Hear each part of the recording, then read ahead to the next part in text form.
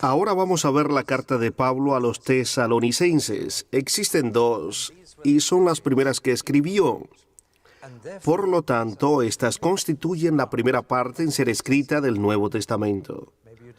Tal vez ustedes no lo sabían, pero estas fueron el principio. Pablo en pocos meses escribió dos cartas al mismo lugar a la misma gente, y es así como empieza el Nuevo Testamento. Creo que a menudo olvidamos que la primera iglesia no tenía un Nuevo Testamento. Las únicas escrituras que tenían era el Antiguo Testamento, pero también tenían a los apóstoles que predicaban y enseñaban, pero no tenían el Nuevo Testamento. Así es como todo esto empieza. Estas cartas son probablemente las cartas más fáciles de entender que escribió Pablo. Tratan de asuntos muy simples y muy directos. Hay un par de dificultades que tendremos que mirar. Las dos fueron escritas por la misma persona, o mejor dicho, por las mismas personas, porque Pablo asocia a Silos y Timoteo con él. Era un equipo de tres quienes vinieron a Tesalonia, vivieron allí y por lo tanto él escribe a nombre de los tres. Aun cuando la mayoría de la escritura es claramente sus pensamientos escritos para la misma gente, para el mismo lugar y al mismo tiempo, las dos cartas son completamente diferentes en atmósfera y temperatura y en tono. Los dos tratan aún de los mismos asuntos y los tratan de una manera totalmente diferente. La primera carta es muy cálida y personal. Él está muy preocupado por ellos y está muy envuelto o involucrado con ellos. Y luego lees la segunda carta y son totalmente diferentes. De alguna manera, él ahora está muy frío con ellos, muy cortante con ellos. No viene como una persona cariñosa, más bien apartada y distante de ellos. Y entonces te preguntarás qué ha pasado tanto con el final de Pablo o con el otro final y entre las dos cartas que ha hecho que cambie tanto la relación. Bien, vamos a explorarlo y hacer la pregunta, ¿por qué? Se debe empezar por el lugar. Es justamente arriba del mar Aegean, fue un puerto importante, sin embargo el puerto se ha encenegado un poco y el mar ya no está tan cerca como estaba antes. Eso ha sucedido con muchos lugares, lo mismo pasó en Éfeso. Pero Tesalónica fue un pueblo clave, crucial. Primero, por estar ubicado en el camino principal romano que iba de Roma a Asia. Se le llamaba el camino de Agnacia y Tesalónica estaba justamente en ese camino. Así que por su ruta era un pueblo clave, pero también era el puerto a la cabeza de todo el mar Aegean. Por lo tanto, era la terminal de toda ruta comercial que transitaba por el mar. Así que era un lugar clave. Si habrías querido establecer una rama de algo allí, el negocio se habría propagado y si quieres establecer una colonia del reino de los cielos allí, se propagaría ampliamente. Pablo se fue de Filipo a Tesalónica, ahora llamada Silónica o Tesaloniki. La gente se ríe de mi pronunciación griega. Les diré por qué más adelante, pero allí lo tenemos, un pueblo clave nombrado después la media hermana de Alejandro el Grande y un puesto de negocio. Ellos produjeron el cambio de moneda más que en ningún otro lugar en los alrededores del mar Egeo, lo cual les dice algo a ustedes. Puesto que había mucho negocio, necesitaban tener dinero en los bancos. Una población muy mezclada, pero especialmente muchos negociantes judíos. Donde vaya el negocio, allí van los judíos. Ellos estaban allí especialmente porque el pueblo se encontraba en vía o en la vía y la ruta del mar. Los arqueólogos han encontrado mucho sobre Tesalónica. Han encontrado el foro romano, encontraron un hipódromo deportivo, incluso encontraron un rótulo de una puerta que decía la sinagoga de los samaritanos. Así que también habían samaritanos. Además de judíos, una población bastante mezclada. Ahora en el libro de los Hechos se nos dice que fue gobernada por una clase de persona especial llamada Politarch. Está probablemente compuesta por dos palabras griegas, poli, ciudad, y arch o arzobispo, gobernante y politarch. La gente suele preguntarse si Lucas fue un buen historiador, porque la palabra politarch no ocurre en ninguna otra parte en la historia antigua y recientemente los arqueólogos han descubierto que esta palabra se encuentra 41 veces en las ruinas de Tesalónica y este fue el único pueblo en llamar a su alcalde un politarca. Y cuando eso ocurre, justamente resalta cuán exacto fue Lucas, porque solamente menciona a los gobernantes con este nombre en aquella ciudad. Mientras los arqueólogos más desencaben, más confianza tenemos de la exactitud de la palabra de Dios. El problema es que la gente no espera ver estas pruebas y empiezan a ser escépticos. Ahora bien, empecemos a ver la iglesia. Pablo los menciona como la iglesia en Dios. Esa es su dirección. Puede ser la iglesia en Tesalónica, pero es la iglesia en Dios. Este es su verdadero hogar, su verdadera dirección. Fue en un segundo viaje que, recapitulemos un poquito, se encontraba aquí en Gálata con las iglesias que había fundado allí y dijo: vamos a evangelizar. Por lo tanto, fueron y el Espíritu Santo dijo no. Así que dijo: está bien, intentemos con Asia. Fue allí y el Espíritu Santo dijo no, error. Hasta que continuaron hasta llegar al mar sin poder seguir más adelante. Este es un ejemplo muy interesante de orientación. Ellos no habrían sido orientados si no se hubieran puesto en movimiento. Si ven, ellos no se sentaron en Galacia a esperar que el Espíritu Santo les diga algo. Dijeron: vamos a empezar con el trabajo. Pero el Espíritu Santo decía: no, no, no. Y el Espíritu Santo los estaba guiando hacia el oeste y llegaron al filo del mar y dijeron: bien, no podemos seguir más adelante. Y esa misma noche Pablo tuvo un sueño: ven a Macedonia y ayúdanos.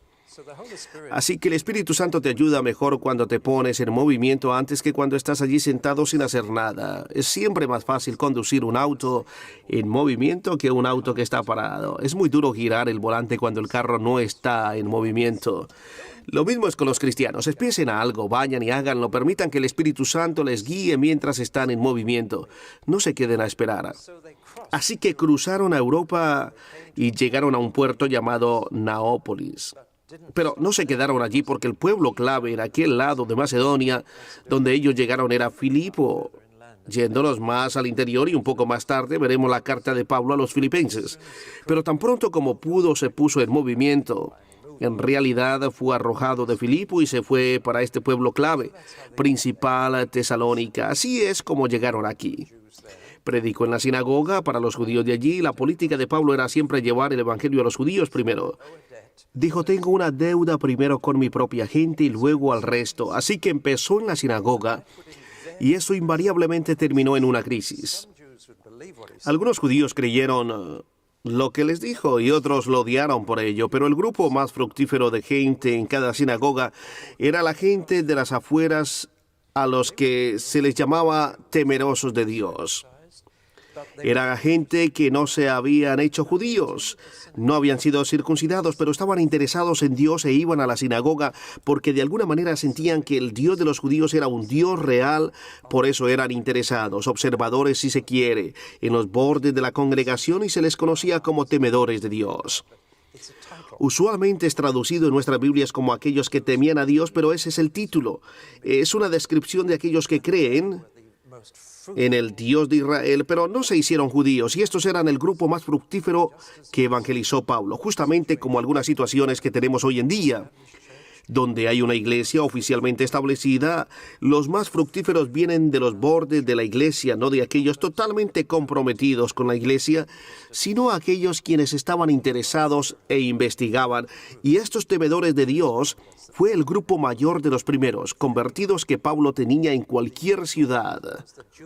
Pero muy rápidamente lo usual era que los judíos ancianos de las sinagogas se ponían furiosísimos acerca de esto porque Pablo les decía: ustedes pueden entrar y pertenecer a Dios sin convertirse en judíos, lo cual no iba muy bien con los líderes judíos, quienes esperaban que todos ellos fueran circuncidados y llegaran a ser miembros de las sinagogas. Así que Pablo inevitablemente tenía que salir de las sinagogas después de 2 o 3 semanas. Usualmente después de 2 o 3 sábados era arrojado de las sinagogas. A veces, en una forma más bien un poco traviesa, daba conferencias justamente a un lado de la sinagoga y establecía una iglesia justamente allí donde congregaba a sus miembros, lo cual no es siempre la forma más tinosa de hacer las cosas, tal vez, pero sin embargo le resultaba bien. De manera que siempre dejaba una iglesia a sus espaldas. Los judíos eran muy celosos de sus convertidos, quienes eran principalmente gentiles, convertidos sin importar si es que ya habían estado asistiendo a la sinagoga. Ellos estaban perdiendo su congregación y celosamente temo que es esto bastante común. Aún intentaron una vez hacerlo con Jesús diciéndole, o mejor dicho, con Juan el Bautista, diciéndole, ¿sabes que Jesús está bautizando a más gente que tú, Juan? ¿Está llevando más gente al río que tú? Los celos son una cosa horrible. Realmente se opusieron a Pablo y fue obligado a salir. Ellos provocaron una revuelta civil y los amigos de Pablo, los recién convertidos, tuvieron que hacer votos para mantener la paz. Y por consideración hacia ellos, Pablo voluntariamente salió y se fue a otro lugar. Así que estuvo allí por un periodo muy corto, pero dejó una iglesia muy sólida. Deseo que supiéramos un poquito más de cómo lo hizo en tan pocas semanas y luego salir, empezando de la nada. Por supuesto, ellos conocían las Escrituras y tuvieron sus inicios en la sinagoga, muchos de ellos, pero él fue capaz de dejar una iglesia muy saludable.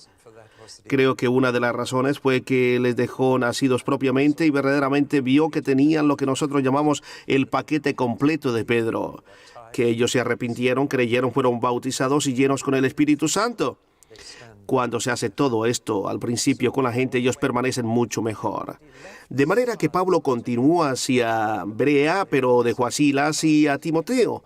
Ellos no eran mucho el blanco de hostilidad, así que los dejó y se fue a ese lugar él solo. Ustedes probablemente sepan que allí se metió en grandes problemas y fue obligado a salir, y como estaba viajando hacia el sur, solo fue a Atenas.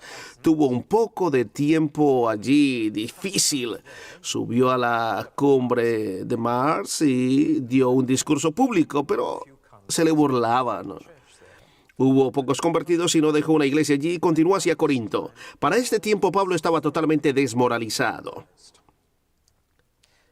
Es importante darnos cuenta de que en Filipo fue encarcelado, hubo temblor, había sido arrojado de Filipo, fue a Tesalónica, problemas otra vez, tuvo que salir de allí por la seguridad de sus convertidos o los ponía en problemas. Se fue a Berea, problemas allí, los judíos le persiguieron por todo el camino provocándole problemas. Se va para Atenas, se encuentra con todos los intelectuales, los filósofos, ellos se ríen de él cuando habla sobre la resurrección. Y aun cuando deja unos pocos convertidos, no pudo dejar una iglesia allí y llega a Corinto deprimido. Esto se ve en su primera carta a los Corintios. Dice, vine a ustedes en verdadera debilidad, temblando, y dije, realmente he perdido mis fuerzas. Y ustedes pueden entenderlo. Nosotros creemos que Pablo fue uno de los más exitosos misioneros de todos los tiempos, pero no son muchos a los que les gustaría esa experiencia. Uno tras otro, él tuvo tiempos difíciles, y cuando llegó a Corinto dijo, realmente he perdido confianza en mí. Llegó a ellos sintiéndose muy desmoralizado. Pero para este tiempo, Timoteo y Silas lo alcanzaron y le trajeron grandes noticias. Le dijeron, tú no tienes ni idea de cómo la iglesia en Tesalónica ha crecido. Le dijeron, ellos realmente han recibido la palabra, realmente andan con Dios, no hay necesidad de preocuparse por ellos. Le dijeron, hay uno o dos problemas y mencionaron uno o dos cosas, pero lo principal era levantar el espíritu de Pablo. Después de haber sido perseguido de la Seca a la Meca por todo el camino de Macedonia y Asia, y esto es lo que ahora entonces conocemos como Grecia. Él sintió que estas eran grandiosas noticias, y para cualquiera de ustedes que está en el servicio cristiano es muy alentador cuando escuchas que tus convertidos están firmes. Cuando escuchas que alguien hace muchos años fue guiado hacia el Señor y piensas, me pregunto cómo estarán, continuarán, y luego te enteras de que están creciendo, esto realmente levanta tu espíritu. Bueno, Pablo está en Corinto recibiendo buenas noticias de Timoteo y Silas. Las cosas marchan bien en Tesalónica. Solo pocos problemas, pero nada serio, y Pablo dice, voy a escribirles una carta. Dice, no puedo ir, estoy atado formando esta iglesia en Corinto, y eso tenía suficientes problemas, como lo veremos mañana por la mañana. Pero sin embargo, dijo, escribámosle una carta, y así es como el Nuevo Testamento empieza. desde el principio. Hubo también otras buenas noticias, porque no solo trajeron buenas noticias de Tesalónica, también trajeron un poco de dinero desde Filipo, lo cual fue terriblemente bienvenido, porque cuando Pablo llegó a Corinto no tenía un centavo en el bolsillo. Así que regresó a su oficio de constructor de tiendas y tuvo que ir a las calles pavimentadas e hilar telas para hacer las tiendas, y se encontró con una pareja de judíos que también construía tiendas, quienes habían escapado de Roma, donde habían problemas, y sus nombres eran Priscila y Aquila. Eso fue muy alentador para él, así que los tres se sentaron en el pavimento para hacer tiendas juntos, y entonces vino esta gran noticia sobre que Tesalónica iba muy bien, y también le trajeron un regalo de dinero desde la iglesia en Filipo. Así que Pablo dice: excelente, ahora puedo dejar de construir tiendas por un rato y continuar estableciendo una iglesia en Corinto. Pero primero escribamos una carta a los tesalonicenses y digámosles cuán felices estamos con las noticias. Bien, ahora empecemos a ver estas dos cartas. Empieza el capítulo primero. Esta es la carta cálida, es realmente cálida. Pablo está contento por lo que ha escuchado de ellos, y yo quiero resaltar 4 trinidades como fueron. 4 tripletas de palabras que resumen este capítulo. Y son muy importantes para nosotros. Pero lo que Pablo más enfatiza es cuán feliz está de escuchar que ellos han recibido el Evangelio. Ellos no solamente lo escucharon, sino que lo recibieron. Sigue mencionando esta palabra, recibieron. Ustedes realmente lo recibieron, lo recibieron, y así que su receptividad son las buenas noticias que escucho de Timoteo y de Silas.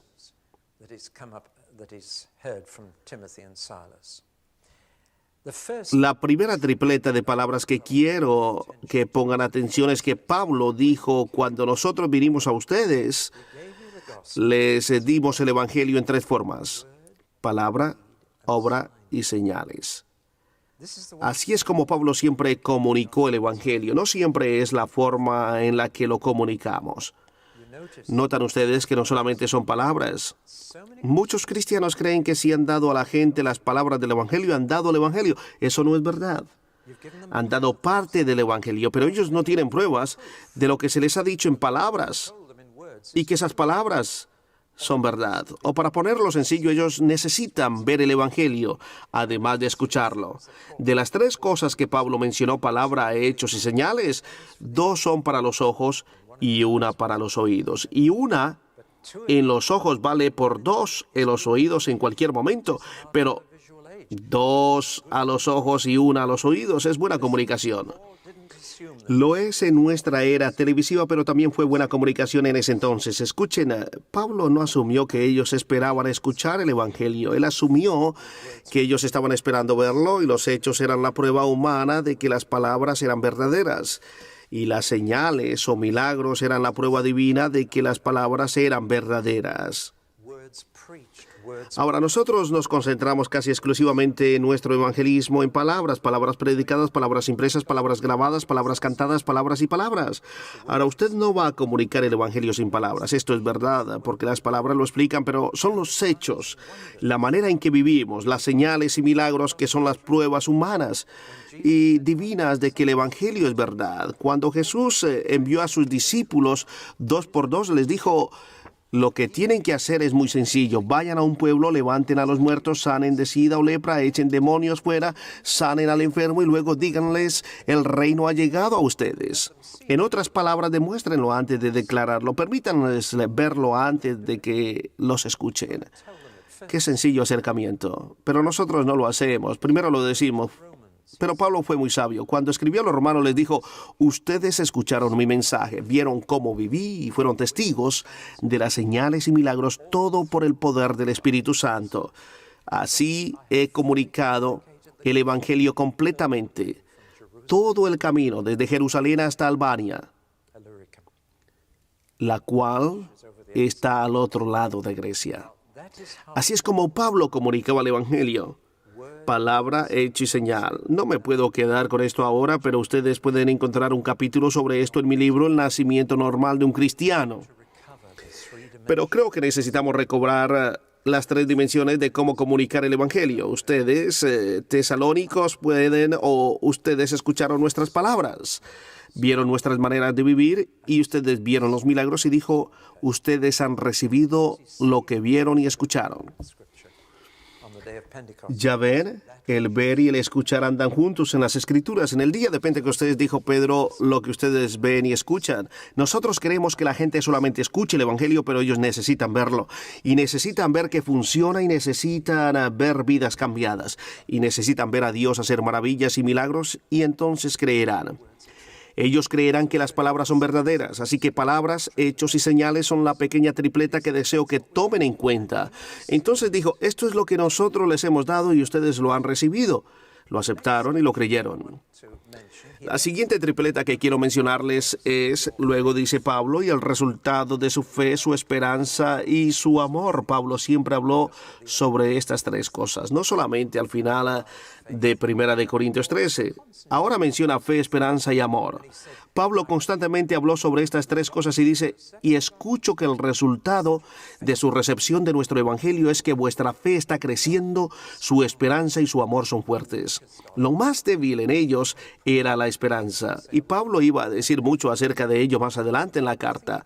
Pero no había nada que pudiera criticar sobre su fe o sobre su amor. Eso es bastante bien, ¿verdad? Grandioso cuando se tiene una iglesia que es igualmente fuerte en su fe y en su amor y en su esperanza. Pero fe y amor es un buen comienzo. Su esperanza era un poquito tambaleante, así que él tenía que fortalecer esa esperanza, porque el corazón de la esperanza es la segunda venida. Por eso es que hay mucho sobre la segunda venida en ambas cartas, porque es justamente eso el núcleo y lo más importante, nuestra bendita esperanza, pero fe, esperanza y amor. La siguiente Trinidad que menciona es Dios, Jesús y Espíritu. Todo esto es de alguna manera puesto en el capítulo 1. Eran completamente cristianos trinitarios. Eso es bastante importante. Hubo un movimiento de Jesús hace algunos años. No fue trinitario, fue unitario. Fue todo Jesús, ¿sí ven? Y algunos son todo Espíritu Santo, pero verdadero cristiano es trinitario. Es arrepentirse ante Dios, es creer en el Señor Jesucristo y recibir el Espíritu. Y desde el principio los tesalonicenses fueron trinitarios, no en su doctrina, sino en su dinámica, en su experiencia. Ellos conocían a Dios, conocían a Jesús y conocían al Espíritu. Tienen la imagen de una iglesia que tiene todo esto después de solamente pocas semanas de la cruzada de Pablo. ¡Qué triunfo!, ¿verdad? La tripleta final que quiero mencionar es la definición de Pablo de lo que es un buen cristiano. Usa tres verbos. Dice, ustedes cambian de los ídolos al Dios vivo. Servir al Dios vivo y esperar por su Hijo del cielo. Algunos de ustedes son predicadores. Hay tres buenos puntos para su sermón el próximo domingo en la mañana. Un cristiano es aquel quien se ha volteado de los ídolos al Dios vivo, pero ha cambiado a servir al Dios vivo. Ahora es un sirviente de Dios y es quien o alguien quien está esperando que su Hijo venga del cielo. Tres maravillosos verbos, tres dimensiones de la vida cristiana. Ustedes han cambiado eso significa arrepentimiento, están sirviendo al Dios vivo y esperan por su Hijo que viene del cielo. Bien, señalaré estos tres puntos. Me han dicho que todo buen predicador tiene 3 puntos en su sermón, así que aquí tienen 4 sermones para que los trabajen. Pablo se mueve con estos 3 en su capítulo 1 y estas son tripletas muy importantes. Las 4. Continuemos en el capítulo 2.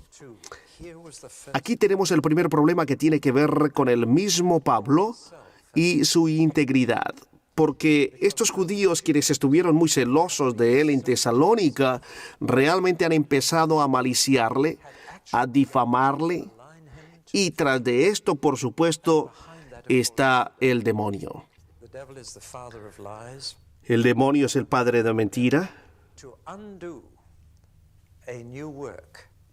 Y él está haciendo un trabajo para difamar al mensajero. Para deshacer un nuevo trabajo, él difama o al mensajero o destruir el mensaje. Usualmente lo hace así, en ese orden. Lo primero que hace es poner malas razones en el hombre que empezó el trabajo. Decir mentiras sobre él. Y esto ya ha comenzado a suceder. Este es un caso en el cual podemos empezar a leer entre líneas lo que estaba diciendo en contra de Pablo, de lo cual ahora él se defiende. Trate de leer entre líneas lo que él trataba de decir en contra de Pablo. Este es el otro lado de la correspondencia y yo he hecho una lista de 9 cosas de las que acusan a Pablo. ¿Ustedes creen eso? 9 veces él defiende su integridad en contra de todas estas mentiras. Él no lo hace por su propio orgullo o reputación, él lo hace porque si él permite que sus enemigos destruyan su carácter, entonces no van a tener confianza en el evangelio que les ha dado. ¿Sí ven lo que quiero decir? Destruir el mensaje significa automáticamente poner dudas sobre el mensaje. Y estas son las 9 acusaciones que ellos trajeron. Número 1, Pablo es un torpe. Dejó la situación en confusión. Número 2, Pablo es un cobarde. Él es un criminal en escapada y escapó de ustedes. Nosotros sabemos que fue a proteger a los convertidos porque ellos tuvieron que pagar una fianza por él. Tuvieron que tener un vínculo por la paz, lo cual significó una gran suma de dinero que ellos tuvieron que poner. Por eso los dejó de manera que ellos no tuvieran que perder esa suma de dinero. Lo acusaron de ser un cobarde. Tercero, lo acusaron de ser un fanático. Dijeron que tenía una mente cerrada, que no tenía balance. 4, lo acusaron de ser mujeriego, porque habían muchas mujeres liderando en la nueva congregación. 5, lo acusaron de ser un engañador, un estafador. 6, lo acusaron de ser un adulador que jugaba a ser actor. 7, lo acusaron de ser un oportunista que solo estaba haciendo esto por avaricia y por ganar dinero, por el dinero que ellos le darían. 8, lo acusaron de ser un ocioso que no tenía que trabajar, que tenía una vida fácil. 9, lo acusaron de ser un dictador que se enseñoreaba sobre sus convertidos y que tenía una mala, dura actitud con ellos. Esta es una lista horrible. 9 cosas de las que le acusaban, de las cuales ninguna era verdad. Pero, ¿saben? Son pegajosas. Cosas como estas se pegan en la mente de las personas. Y todo esto fue dicho tras sus espaldas, cuando se había ido.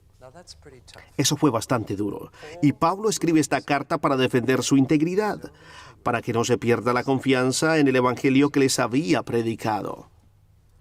A él no le importa su propia reputación, pero todo esto es imponer motivos inútiles. Y quiero decirles que el diablo está en todas las cosas. 9. En todas las 9 cosas. Toma una para reconocer uno. ¿Sabes lo que quiero decir? En verdad, está tras estas acusaciones. El diablo trata de imponer en Pablo sus propios motivos satánicos, porque todas estas 9 cosas se pueden decir sobre el diablo, pero no se les podría decir sobre Pablo. Así que, ¿cómo se defiende Pablo? Bien, aquí tenemos las 9 formas. Apela ante los tesalónicos y ante Dios como 2 testigos diferentes y dice, como Dios es mi testigo y como ustedes también son mis testigos, que ninguna de estas acusaciones son verdad. Él dice, ¿un ladrón? Miren la efectividad de mi ministerio. Ustedes son una iglesia sólida, llena de fe y amor, y están evangelizando a otros. ¿Ese es un ladrón? Su efectividad. Segundo, apela a su audacia. Fuerza, lejos de ser un cobarde que escapa.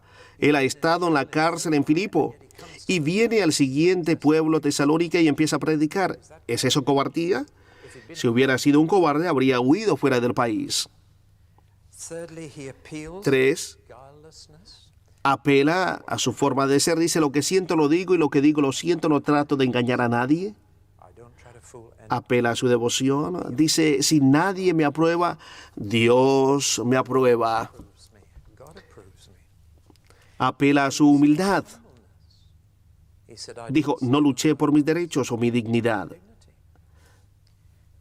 Apela a su gentileza.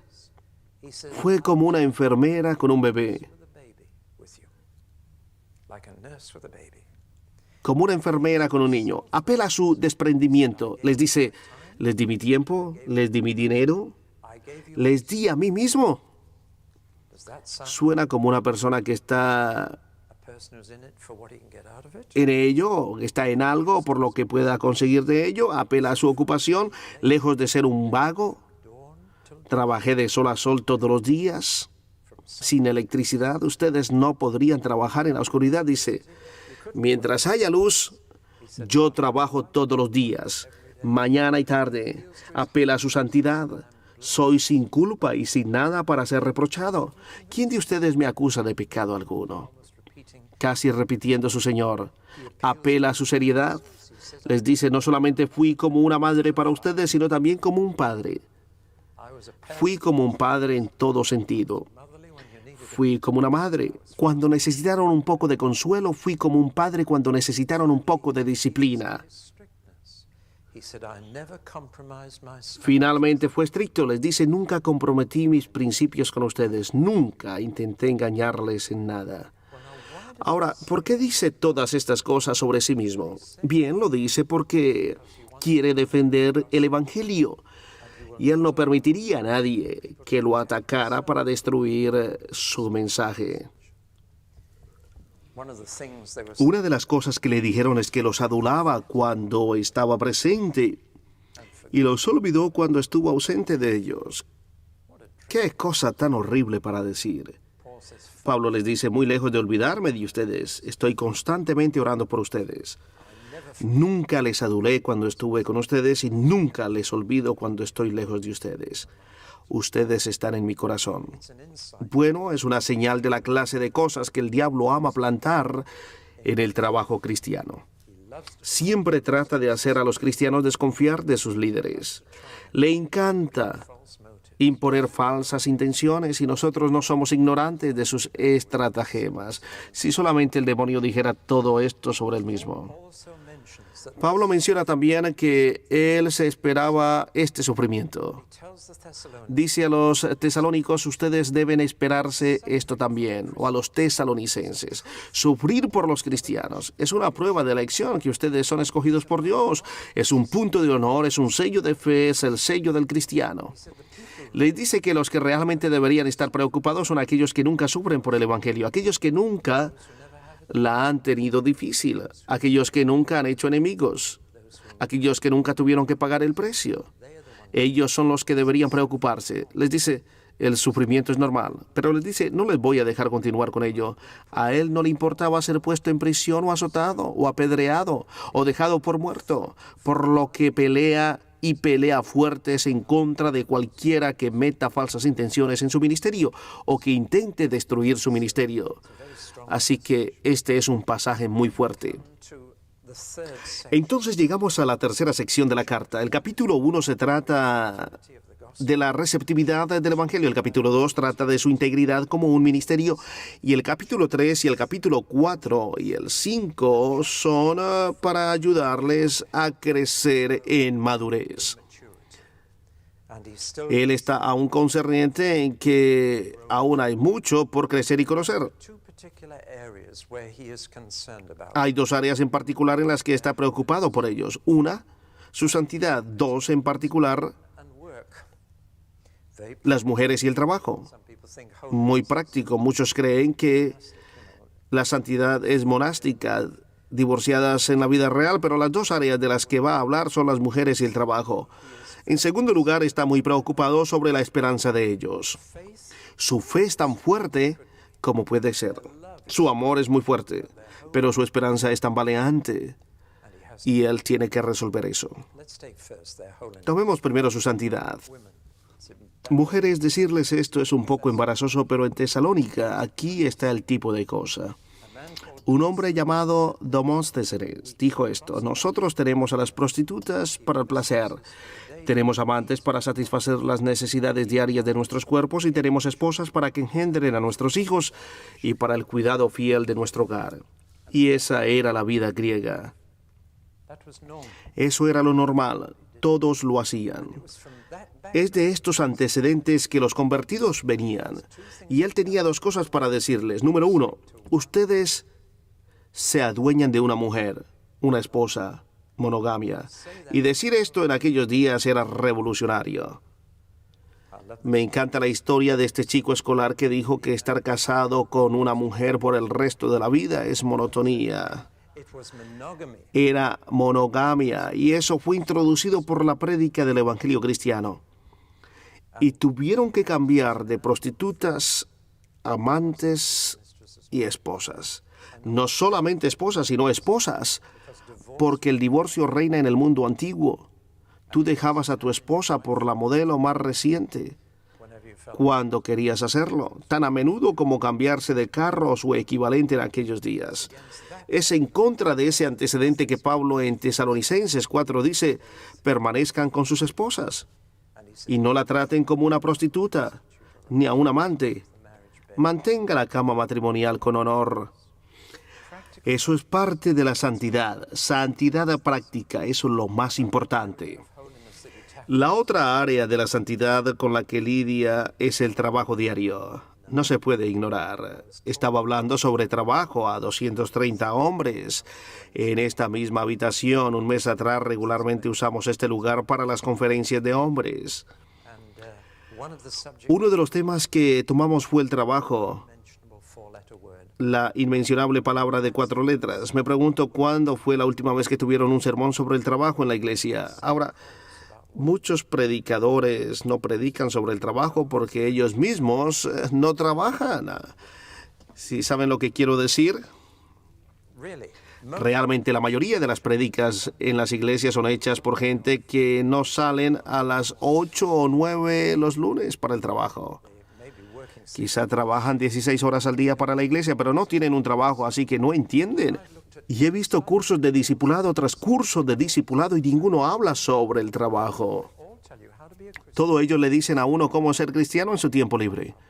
Cómo orar, cómo leer la Biblia, cómo testificar, cómo servir a la iglesia. Y todo esto da la impresión de que tú sirves al Señor fuera del tiempo del trabajo. Y eso deja a los cristianos con los pies con comezón. Quieren escapar del trabajo y quieren involucrarse en el servicio cristiano. Escuchen, si ustedes son cristianos, ya están en servicio cristiano a tiempo completo. Ahora deseo no haber dicho esto y agarrarles desprevenidos, porque muy a menudo en reuniones como esta pregunto, ¿cuántos de ustedes están en servicio cristiano a tiempo completo? Y casi media docena de manos se levantan. Digo, ¿cuántos de ustedes están en servicio cristiano a tiempo completo? Y otras pocas manos se levantan. Y continúo preguntando lo mismo hasta que toda mano se levanta. Porque no importa si eres un chofer de taxi o un misionero. Lo que tengas y cómo lo hagas es tu santidad, es tu amor por el Señor en el servicio al prójimo. Lo haces para glorificarlo a Él. De otra manera va a desperdiciar la mayoría de tu vida productiva. El 60% de tu vida productiva va a ser perdida para el Señor hasta cuando veas que el trabajo es santidad y la manera en que lo hagas. Así que Pablo ha dicho a esta gente que ganen su propio modus vivendi, hacerlo su ambición, no ser dependiente de nadie. Los cristianos no deberían vivir de la caridad de otros cristianos, y los cristianos con cuerpos capaces de trabajar deberían ganarse la vida y mantener la familia y tener suficiente para dar a otros en necesidad. Pablo no está hablando sobre aquellos que no pueden trabajar, sino sobre los que no lo harán. Hay una gran diferencia y hablaré más al respecto cuando veamos la segunda carta, pero tratando de ayudarles a ver lo que una vida santa significa, tiene que hablar sobre las mujeres y sobre el trabajo y sobre cosas muy prácticas. Creo que vamos a parar allí porque la esperanza es un tema bastante grande y se unirá con la segunda carta, la cual es más pequeña también. Así que pararemos este estudio aquí y lo reanudaremos próximamente. Ahora bien, reanudemos lo que habíamos dejado la última vez. No hemos terminado bien la primera carta a los tesalonicenses. Hemos ido a la tercera parte de la carta donde está preocupado acerca de su madurez y crecimiento, y ahora estamos viendo a estos dos temas de la santidad y de la esperanza. Muy práctico la santidad en relación con el matrimonio y en relación con trabajos diarios. Esto es porque unos viven vidas santas. Ahora venimos a esta debilidad mayor de esperanza. Ellos eran fuertes en fe, fuertes en el amor, pero no muy fuertes en la esperanza, y yo diría que esta es una característica en muchas iglesias hoy en día, y se dan más sermones referentes a la fe y el amor que referentes a la esperanza. Pero la esperanza es una ancla Para el alma, dice el Nuevo Testamento, vivimos por esperanza. Y la esperanza es la substancia de las cosas llenas de esperanza. La fe, la substancia de las cosas que esperamos, la evidencia de las cosas que no vemos. La esperanza se relaciona con el futuro. Les he dicho lo que la actitud del mundo era hacia estas cosas. Déjenme decirles cuál era la actitud de los griegos sobre la muerte. Les daré una serie de anotaciones. Y se los dijo, cuando un hombre muere no hay resurrección. Aquí hay otra. Teócrates dijo, hay esperanza para los que están vivos, pero los que han muerto están sin esperanza. Aquí está otra. Una vez que nuestro aliento de vida cese, hay una noche perpetua en la cual debemos dormir. En una de las lápidas en la antigua Grecia dice, yo no era, me hice, no soy, no me importa. Un hombre puso esto en su lápida. Aquí está una oración típica de una carta de condolencia después de una pérdida familiar. En contra de aquellas cosas como la muerte, uno no puede hacer nada. Por lo tanto, consuélense unos a otros, lo cual es difícilmente un pensamiento consolador. En otras palabras, el pensamiento general de los griegos era que con la muerte se perdía todo. El efecto que causó en la iglesia de Tesalónica fue este. Algunos de los miembros habían muerto y por lo tanto ellos sentían que lo habían perdido. Porque el corazón del Evangelio de Pablo estaba esperando por el Hijo del Cielo. En otras palabras, esperando por la segunda venida de Jesús. Y ahora algunos miembros habían muerto. Pobres miembros, lo han perdido. Ellos no estarán allí cuando Jesús regrese a la tierra. Y han perdido la oportunidad de verlo. Así que Pablo tuvo que corregir esto muy rápido porque los había dejado insatisfechos. Familiares amados, cristianos recientes, pero buenos cristianos, pero ahora han muerto y nunca van a ver la segunda venida y no estarán allí cuando Jesús regrese. Pablo les dice, escuchen, ustedes no deben dolerse como otros lo hacen. Ellos no tienen esperanza. Les dice, les voy a contar un secreto. Ustedes ya deberían haber sabido esto, pero les voy a decir nuevamente. Les dice, cuando Jesús regrese, ¿quién va a ser el primero que lo vea?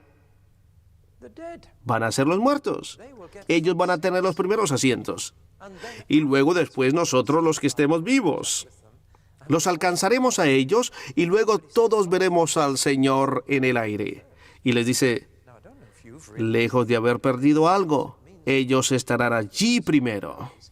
No sé si ustedes se han dado cuenta de las implicaciones, lo cual significa lo siguiente. Todo cristiano que muere regresará a la tierra, regresará aquí para encontrar a Jesús aquí. Y es en la tierra que tendremos nuestros nuevos cuerpos, no arriba en el cielo. Porque el cielo de los cristianos es solamente una sala de espera. Este es un pensamiento para ustedes, es una casa temporal para aquellos que mueren.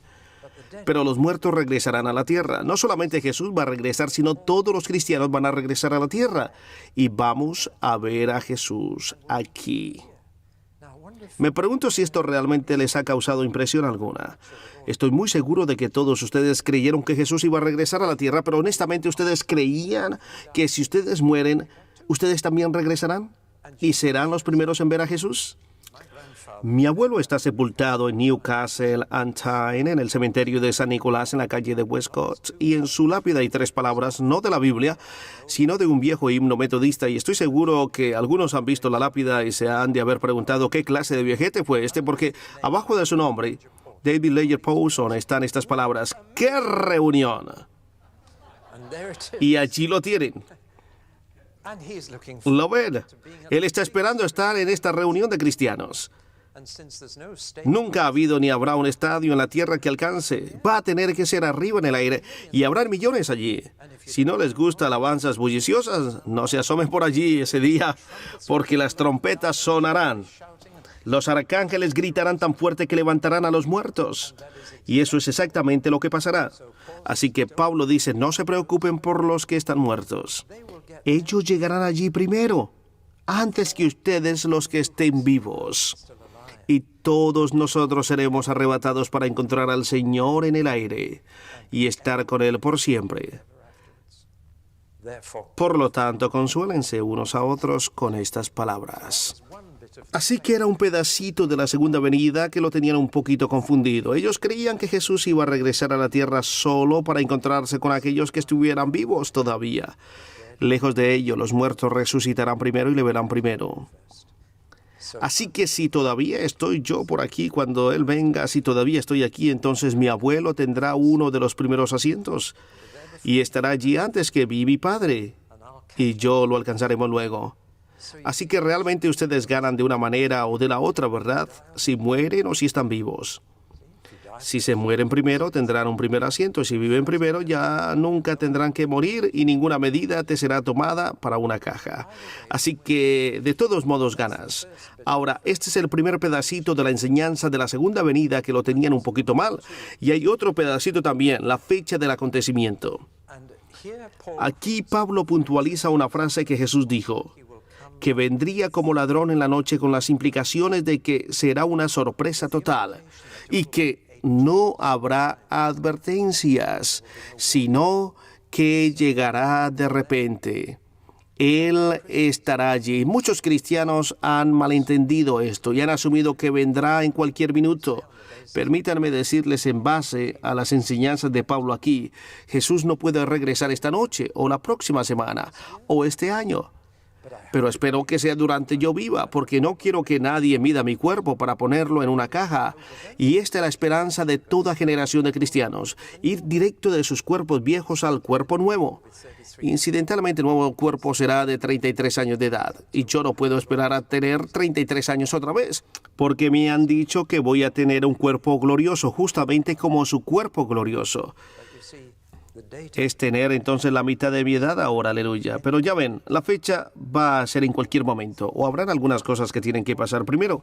Y el punto que Pablo señala aquí en el capítulo 5 de Primera de Tesalonicenses es este: Él vendrá inesperadamente para aquellos quienes no lo estén observando. Las palabras como ladrón en la noche no están dirigidas a los cristianos, están dirigidas para aquellos que no están listos, y aún para los cristianos que no están listos.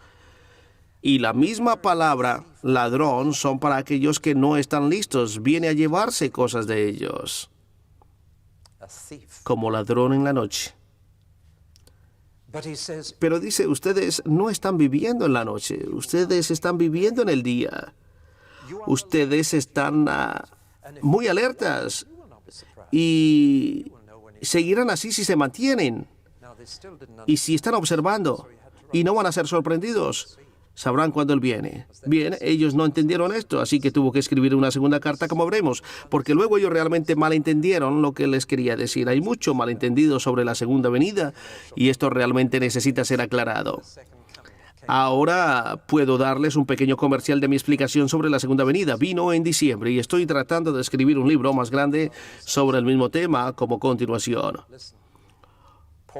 Una horrible cantidad de malentendidos y de confusión. Escuchen, Pablo dice, si están alertas y sobrios y con los ojos abiertos, no será una sorpresa. Ustedes lo sabrán porque están esperando que suceden las señales que Él viene. Y cuando aparezcan las señales, ustedes lo sabrán. Él dice, es para los no creyentes quienes viven en la noche y para los creyentes que están dormidos, que vendrá como una sorpresa, pero no si están alertas y observando. Esto es muy importante cuando consideramos la fecha. Él no puede venir esta noche porque hay cosas que no han sucedido todavía, que tienen que suceder antes de que Él venga. Pero si mantenemos los ojos abiertos y vemos las señales, no seremos sorprendidos. No sabremos la fecha exacta, pero sabremos que se acerca y estaremos listos.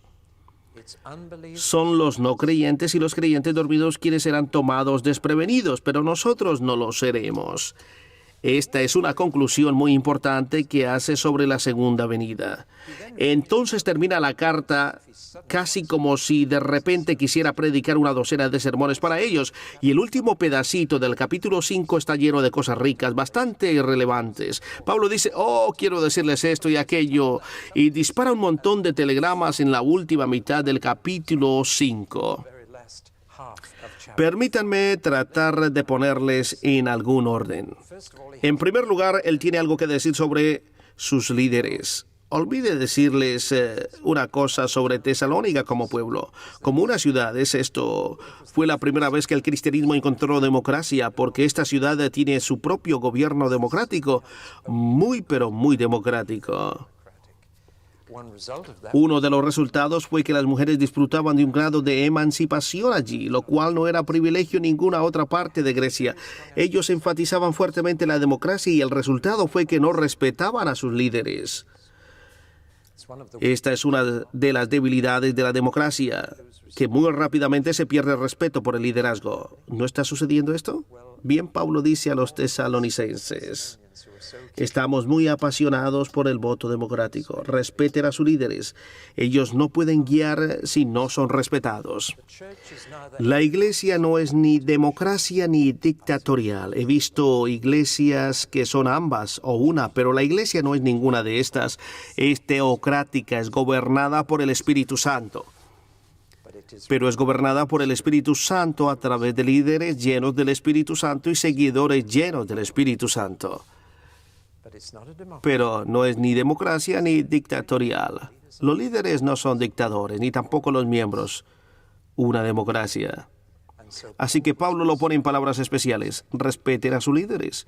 Luego tiene mucho consejo para los miembros. Les dice 3 cosas que no deben ser y 5 cosas que deben ser. Una tras otra es como una pistola disparando balas. No se acobarden, dice. No se intimiden cuando sean perseguidos. No sean débiles, pero sean pacientes, sean perdonadores, estén gozosos, permanezcan orando y sean agradecidos. Y luego termina con las 3 personas de la Trinidad. Primero sobre el Espíritu. Dice: no apaguen al Espíritu, no supriman al Espíritu, no desprecien las profecías. Es muy fácil despreciar profecías, una simple palabra de alguien. No desprecien profecías, no apaguen al Espíritu, pero pongan a prueba todo lo que sea importante. Hoy en día escucho muchas profecías que no son probadas. Pongan todo a prueba y sostengan lo que es bueno y desechen lo que es malo. Este es un consejo muy práctico en el área del Espíritu. Cuando el Espíritu se mueve en tu iglesia, realmente debes recordar estas cosas. No apaguen al Espíritu y no desprecien las profecías, mas pongan todo a prueba y sostengan lo que es bueno y dejen ir lo malo. Luego habla de Dios, que Dios los santifique siempre, y luego termina: y que Jesús los mantenga sin culpa hasta aquel día. Y así, de esta forma, entonces se cierra la carta. Dice: salúdense unos a otros con un beso santo. Enfatizo en la palabra santo. ¿Saben ustedes la diferencia entre un beso y un beso santo? La diferencia es 2 minutos. Y todos necesitamos aprender la diferencia en estos días. Afección, no atracción. Y la gracia del Señor Jesús esté con todos ustedes. Este es el final de la primera carta. Es una carta muy cálida, amigable, alentadora, consoladora. Aquí Pablo habla como una madre y como un padre a sus hijos, y luego aparecen entonces las otras palabras. Segunda de Tesalonicenses. Solamente pocos meses más tarde, y es tan fría, tan distante. Él parece estar horrorizado con ellos y claramente se ve que está muy molesto. ¿Qué ha pasado? De todos modos, entre la primera carta y la segunda, escucho malas noticias sobre ellos. Sobre lo mismo de lo que él ya se había ocupado, y la segunda carta trata mucho sobre el mismo motivo de la primera, a excepción del pedacito en medio de ella sobre la integridad de Pablo. No habla de este tema otra vez, porque para entonces ya está resuelto, pero empieza diciendo ciertas cosas amables sobre ellos, y aún puede decir cosas agradables sobre cómo se están manteniendo bajo la presión de la persecución. A veces es difícil para ellos. El odio fue infundido en contra de él y ahora está dirigido hacia ellos, y él los felicita por sostenerse. Están sufriendo gran injusticia, pero les asegura que en el futuro el Dios de justicia se ocupará de aquellos que les están causando problemas, y aquí una serie de 6 palabras que te enfría la sangre, como lo que Dios hará con aquellos que causan problemas a los cristianos. Aquí están las 6 palabras: destrucción, exclusión, juicio, tribulación, venganza e interminable o perdurable. Y los conforta diciéndoles lo que va a suceder a aquellos que les están persiguiendo. Cuando Jesús regrese, va a regresar con venganza flameante en contra de los que hacen sufrir a los cristianos. Ustedes deberían temblar al oír de gente que persigue a los cristianos. Temblar por los perseguidores, por lo que viene para ellos. La injusticia humana en el presente, sí, sufrimos de ello, pero la justicia divina en el futuro vendrá. Solamente hay 2 destinos enfrentando a hombres y mujeres. Uno es estar con Dios para siempre. El otro es estar en el infierno para siempre. Y nosotros necesitamos recordarlo todo el tiempo. De alguna manera se puede soportar este mundo mejor cuando se recuerda que solamente existen estos 2 destinos al frente de cada ser humano. Pero los 2 problemas están allí todavía: su esperanza y su santidad. Regresa a estos problemas, pero en reversa. Por esto es que he hecho algo así como un crossover como este. La segunda carta trata de la esperanza de ellos, lo cual era una verdadera confusión. Ahora están verdaderamente confundidos sobre la segunda venida y no es la culpa de Pablo. Les diré de quién fue la culpa en un momento y luego su santidad. Es interesante ver que en la segunda carta solamente trata el aspecto del trabajo. Parece ser que lo otro ya ha sido aclarado, pero el asunto del trabajo se empeoró y esto es mala noticia. Ahora están confundidos sobre su esperanza y muchos han dejado sus trabajos. No es desconocido aún en estos días que cristianos dejen sus trabajos y dicen: estoy esperando que el Señor me diga lo que debo hacer. No hay señales de esta clase de insensatez en el Nuevo Testamento. Bien, veamos primeramente su esperanza. Ha sido un poquito muy difícil y ahora se ha vuelto muy fuerte. Tanto que muchos creían que el Señor o ya vino o estaba cerca de venir, y que no tenía sentido en hacer nada más sino esperar por Él.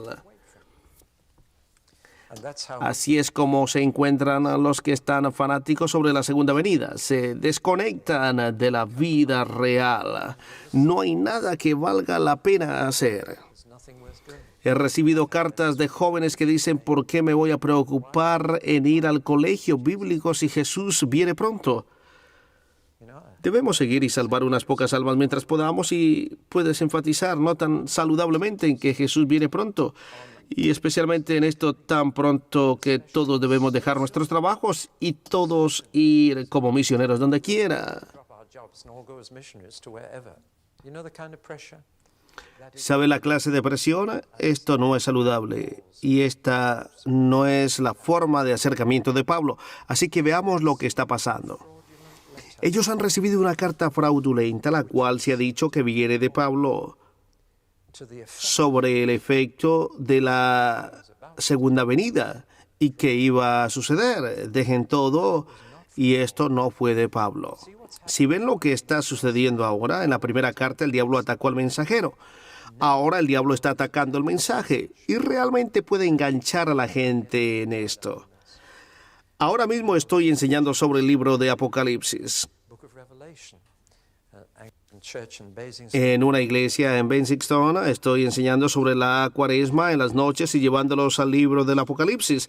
Encontré que hay 2 clases de cristianos en el libro de Apocalipsis. Hay aquellos que no pueden entrar en él y hay aquellos que no pueden salir de él. Hay aquellos que no están intrigados para nada y no quieren leerlo, y los que están tan fanáticos sobre ello que constantemente están en él. Es muy fácil desbalancearse sobre la segunda venida y el diablo lo sabe. Si no puede tenerte fuera de algo, te empujará demasiado hacia ello. Esa es su táctica y ahora lo ha hecho con los tesalonicenses.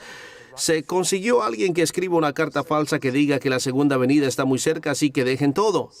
Uno de los resultados fue que muchos dejaron sus trabajos diarios, porque la segunda venida estaba muy cerca. Ahora bien, Pablo nos dice algo aquí. Es una respuesta extraordinaria a la perversión del mensaje. Dijo que la segunda venida no puede ser inmediata porque por lo menos hay una cosa muy grande que tiene que pasar antes de que Jesús pueda venir. Ahora, aun cuando no usa la palabra, Anticristo, esto es lo que dice. Hay un hombre que vendrá primero quien no reconocerá la ley en ninguna manera y se hará ver como Dios. Lo llama el hombre sin ley. En cualquier otra parte de las Escrituras se le llama la bestia o el anticristo. Lo que dice Pablo es que el anticristo tiene que venir antes de que el Cristo venga. Y el anticristo no ha venido todavía. Así que la idea de que la segunda venida está muy cerca no funciona. Ahora, aquí está el segundo principio que Pablo pone en la primera carta, que la segunda venida de Jesús no puede ser inmediata porque ciertas cosas tienen que suceder primero y aquellos que están alertas y observantes verán esas señales primero. Y hasta que no las vean todas, no las pueden saber. El mismo Jesús en Mateo 24 nos da 4 grandes señales de la venida de Jesús y cuando termina de darle las señales dice, cuando vean todas estas cosas sabrán que ya estoy en la puerta. De las 4, puedo ver 1:30 muy claramente, pero 2:30 no las puedo ver todavía. Ahora, con la velocidad de los eventos del mundo pueden suceder muy rápidamente, pero hasta que no veamos todas las señales que Jesús nos dio, no podemos decir que su segunda venida es inminente. Podemos esperar que suceda rápido, pero no podemos decir que es ya ahora. Ahora, esto es lo que sucedió allí. Ellos tenían una carta de Pablo, una carta falsa, una carta anónima, con una firma falsa diciendo, alístense, porque la segunda venida sucede ya. Y Pablo dice, no lo es. El hombre sin ley no ha aparecido. Si notan las implicaciones claras que los cristianos verán a ese hombre sin ley y le veremos hacer su horrible trabajo y lo buscamos. Y no es Saddam Hussein, y no es Gaddafi, no es Gorbachev. No son nadie de todos los que hemos visto. Sabremos cuándo lo peor suceda. Si ves que hay una vista histórica detrás del Nuevo Testamento, y en este punto creo que les voy a dar una pequeña lección sobre la filosofía de la historia. Hay un buen número de diferentes filósofos en la historia de nuestro mundo, y si eres cuidadoso las puedes recoger del periódico o de la televisión. Aquí tenemos unas pocas. Tomemos primero esta, que es muy común. La historia se repite. ¿Lo han escuchado alguna vez? Esta es la filosofía griega de la historia. Esta historia va en círculos o ciclos y se repite. Por lo tanto, emperadores van y vienen, pero nunca se mueve de allí. La historia no va a ninguna parte, solo se mueve en círculos. Este es el punto de vista griego de la historia. Una variante de ello hoy en día es muy común y es que la historia va hacia adelante, no va hacia atrás, va hacia adelante, pero sí va de arriba para abajo, de arriba hacia abajo, de arriba hacia abajo, tiempos mejores, tiempos peores, guerra, paz, inflación. Vamos de arriba hacia abajo y hacia adelante, pero no llegamos a ninguna parte. Esta es una variante de la antigua actitud griega. Luego tenemos la actitud progresiva de la historia, la cual fue muy común al principio del siglo XX, cuando la historia estaba en su apogeo. Aun cuando oleaba un poco, iba hacia arriba, mejorando, y en el año 1900 un primer ministro inglés dijo, hacia arriba y hacia arriba y hacia arriba, y una y otra vez gritó maravilloso. Un poco más fuerte que regresar a lo básico, pero de todas maneras, arriba y hacia arriba y seguir y seguir y seguir. Este es el punto de vista de la historia. Y la palabra clave al principio del siglo XX era progreso. Progreso. Conforme entramos al siglo XXI, diría que el punto de vista opuesto es el más común. Aquellas cosas se van empeorando y la verdad es que la palabra clave al principio del siglo XXI parece ser sobreviviente, no progreso.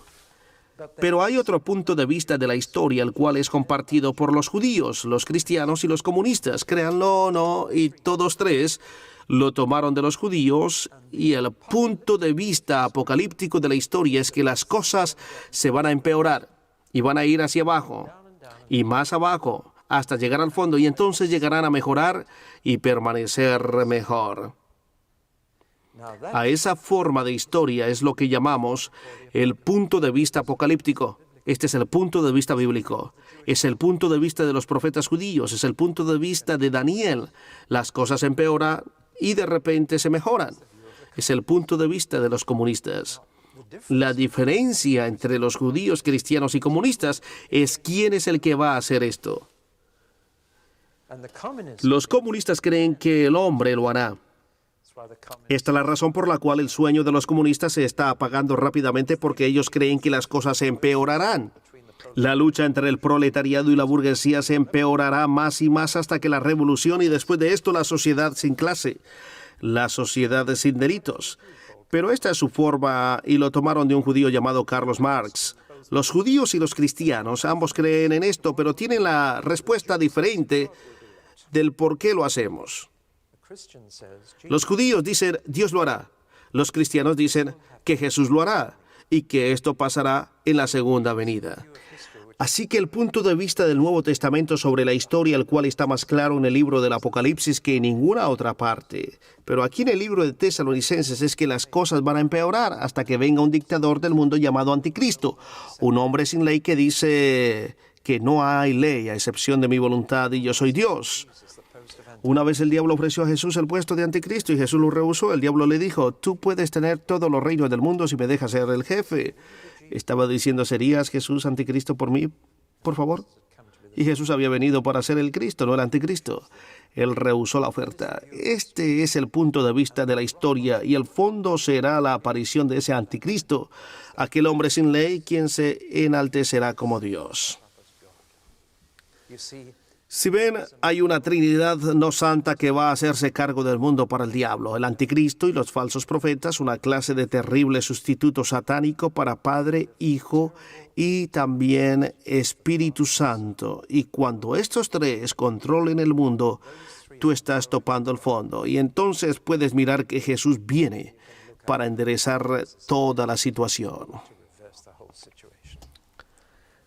Esto es lo que Pablo está diciendo y por lo tanto dice, no se exciten pensando que la segunda venida está muy cerca, las cosas empeorarán antes de que esta pueda suceder.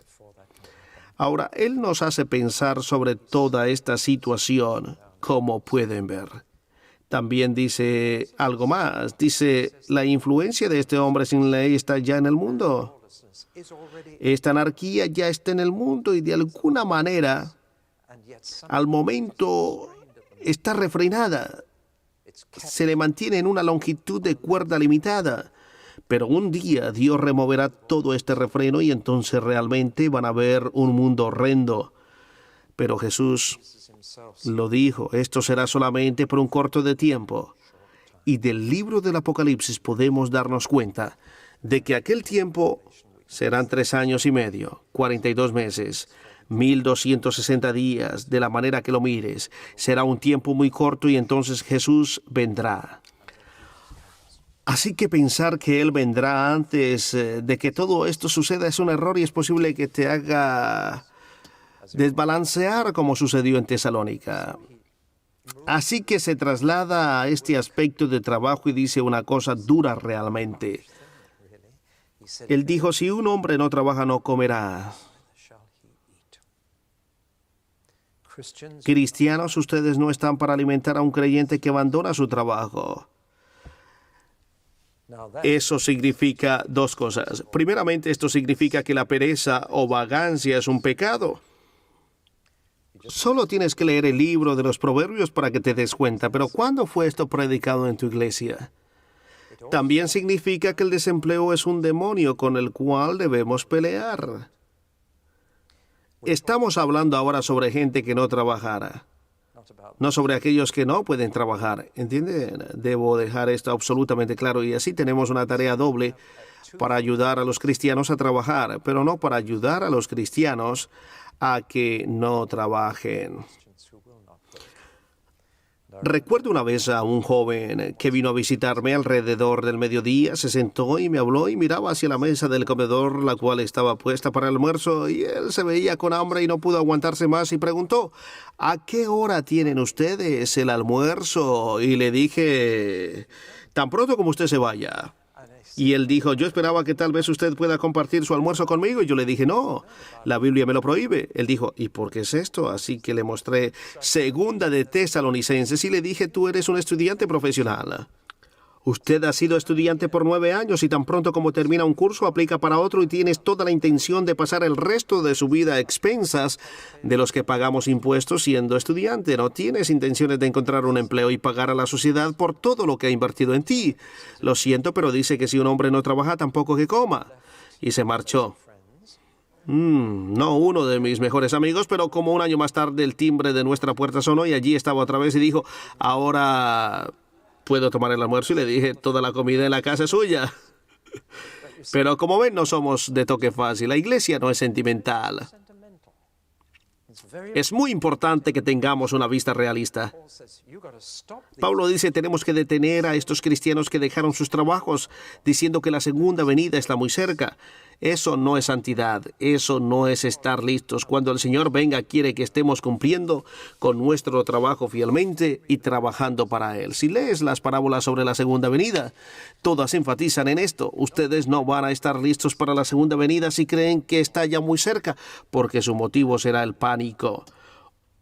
¿Están ustedes más listos si no creen que vendrá mañana, si permanecen fieles? Sin embargo, ¿sí entienden lo que estoy diciendo?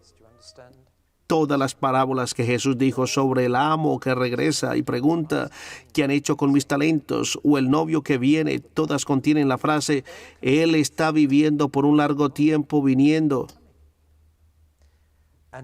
Y es la demora que te prueba si estás listo. No lo que harías si piensas que es el próximo martes, pero ¿qué harás si piensas que no sucederá en 100 años? ¿Serás fiel? Te encontrarás haciendo el trabajo que Él te encargó hacer. Eso es lo importante. Y lo digo otra vez, Dios no está tan interesado en qué trabajo hagas, sino en cómo haces el trabajo que tienes. Le conviene mejor ser un chofer de taxi conduciendo que un misionero descuidado, porque Él está más interesado en el carácter que en lo que se alcanza. Nosotros necesitamos alentar a nuestra gente con esto. Tu trabajo diario. La esposa de Billy Graham tiene una notita sobre el lavabo de su cocina. Servicios divinos se realizan aquí 3 veces al día. Ella lo entiende. Hay un hombre en Leeds quien va a una pequeña iglesia todas las mañanas, arrima su escoba y la pone en la baranda de la comunión. Ora para que Dios la bendiga y que sus calles sean las más limpias de Leeds. Ese es el servicio cristiano a tiempo completo. Y realmente Dios no está muy interesado en el trabajo que hagas, sino en cómo haces el trabajo que tienes. Si eres una ama de casa, operador de computadoras o lo que sea, pero la iglesia es trabajo graduado para el Señor. Misionero de primera lista. Ponen tu foto en el porche de la iglesia si has ido a Timbuktu. Siguiente, evangelista, pastor, doctores y enfermeras. Después de todo lo que se preocupan por la gente. Y los maestros están un poquito más abajo. Luego los choferes de taxi. Ellos están bien abajo. Escuchen, nada puede estar más allá de la verdad. En la Biblia, el trabajo manual está en el tope. Tú trabajas con tus manos. Señor, establece el trabajo de mis manos. El trabajo de mis manos, establécelo. Y así Jesús fue un carpintero, y Pablo fue un constructor de tiendas, y Pedro y Juan fueron pescadores. Así es como ellos prepararon su trabajo para Dios. Es un punto muy importante, el cual es muy seriamente dejado de lado y significa que quienes han estado en la misma oficina por 40 años dicen, oh, cuánto hubiera querido ser capaz de servir al Señor y deseo que me hubiera llamado a hacer algún real trabajo cristiano. Ellos están equivocados. Cuando Jesús regrese, Él manejará al mundo contigo y buscará a gente que Él confíe para que dirijan las cortes de la ley y los bancos y todo lo demás. Pablo dice en Corintios, ¿cómo se atreven a andar con litigaciones con otros miembros de la iglesia? Cuando un día ustedes van a estar juzgando a las naciones. Y nosotros nos estamos preparando para el trabajo que tendremos cuando Jesús regrese. A propósito, nosotros lo hacemos ahora. Eso es santidad. Eso es estar listos para su venida. Hubiese querido tener esa pequeña canción negro espiritual conmigo, pero no la tengo. Pero bueno, tiene un estribillo que dice, y Él me encontrará asadonando algodón cuando venga, y los cielos se abrirán y Él aparecerá, y me encontrará asadonando algodón cuando venga. Aquel hombre entendido, el trabajo hecho para la gloria de Dios. es algo santo y significa servicio cristiano a tiempo completo. ¿Cuántos aquí están en servicio cristiano a tiempo completo? Bueno, me habría gustado preguntarles al principio. ¿Notan que han olvidado o que he olvidado una cosa? Nosotros oramos por ustedes. Esto aparece aquí nuevamente. Nosotros oramos por ustedes. Ustedes oren por nosotros. Eso aparece nuevamente. Ustedes oren por nosotros.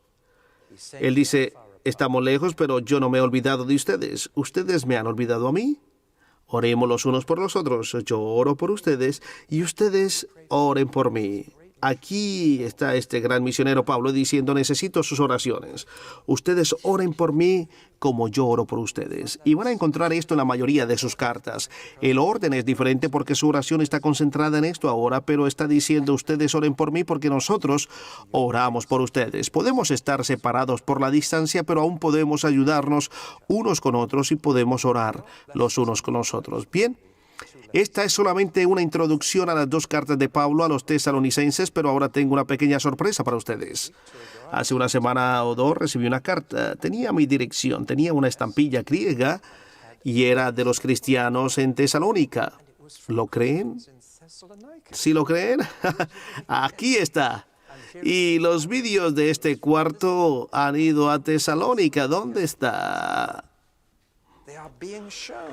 Los vídeos han sido mostrados a los cristianos en Tesalónica y esta última carta dice que hemos cometido un error. Les enviamos 2 grupos por error y ellos dicen, hemos enviado los otros a un lugar llamado Cavalar, la cual es la Neápolis de Hechos 16:11, Neápolis. Así que los vídeos hechos aquí han sido vistos en Neápolis. Y más tarde dice, y hemos enviado algunos otros a Albania, lo cual es Ilírico en Romanos 15:19.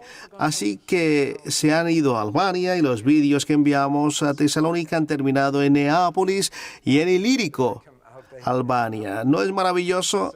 Así que aquí estamos. Ellos son los que se ríen de mi pronunciación del griego porque el griego moderno es muy diferente. Ellos realmente bromean conmigo, me toman el pelo sobre cómo pronuncio las palabras en griego. Bien, ese es mi problema, pero ¿no es maravilloso que lo que estamos haciendo aquí ha sido enviado justo a esos países? Y tenemos una carta de los cristianos en Tesalónica sobre cómo los vídeos los están ayudando y ellos están compartiendo la palabra justamente donde Pablo tomó el evangelio muchos años atrás.